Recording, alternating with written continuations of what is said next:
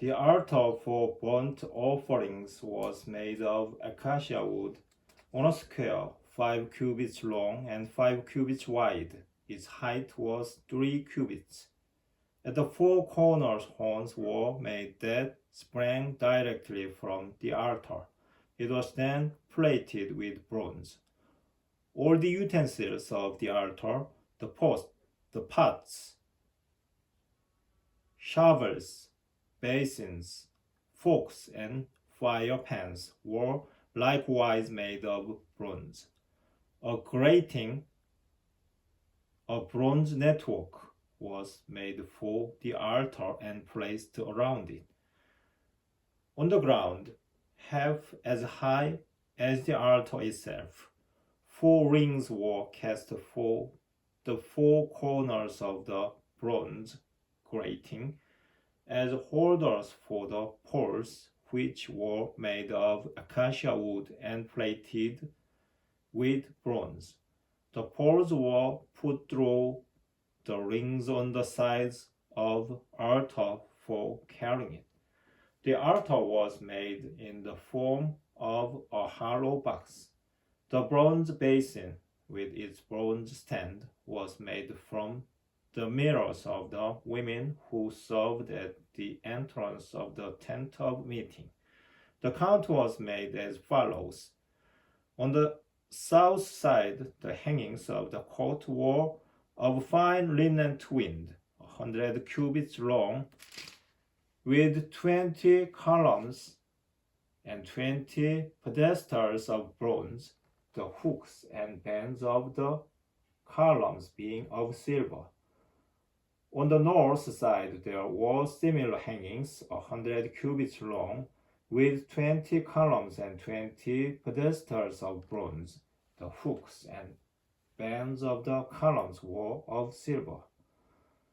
On the west side there were hangings, 50 cubits long, with 10 columns and 10 pedestals.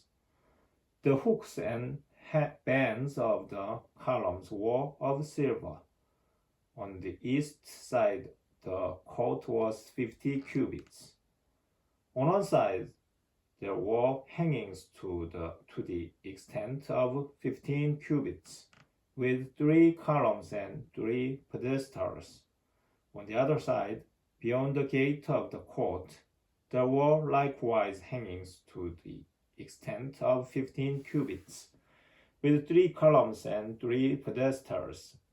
The hangings on all sides of the court were woven of fine linen twinned. The pedestals of the columns were of bronze, while the hooks and bands of the columns were of silver. The capitals were silver plated, and all the columns of the court were banded with silver. At the gate of the court there was a variegated curtain, woven of violet, purple, and scarlet yarn, and of fine linen twinned, 20 cubits long and 5 cubits wide, in keeping with the hangings of the court. There were 4 columns and 4 pedestals of bronze for it, while their hooks were of silver, and their capitals and their bands silver plated. All the tent pegs for the tabernacle and for the court around it were of bronze. The following is an account of the various amounts used on the tabernacle of the covenant, drawn up at the command of Moses by the Levites, under the direction of Ithamar, son of Aaron the priest.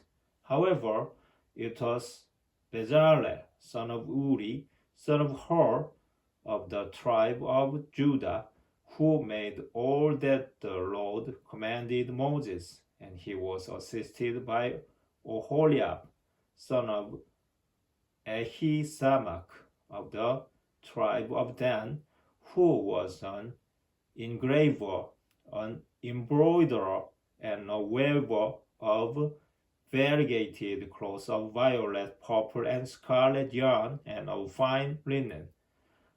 All the gold used in the entire construction of the sanctuary, having previously been given as an offering, amounted to 29 talents and 730 shekels, according to the standard of the sanctuary shekel. The silver of those of the community who were enrolled was 100 talents and 1,775 shekels, according to the standard of the sanctuary shekel. One bekar apiece, that is, a half shekel, according to the standard of the sanctuary shekel, was received from everyone who was enrolled of 20 years or more, namely 603,550 men. 100 talents of silver were used for casting the pedestals of the sanctuary and the pedestals of the veil, 1 talent for each pedestal, or 100 talents for the 100 pedestals.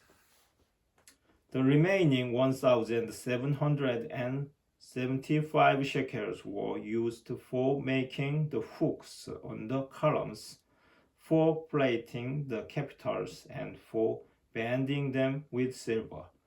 The bronze given as an offering amounted to 70 talents and 2,400 shekels. With this were made the pedestals at the entrance of the tent of meeting, the bronze altar with its bronze gratings and all the utensils of the altar, the pedestals around the court, the pedestals at the gate of the court, and all the tent pegs for the tabernacle and for the court around it.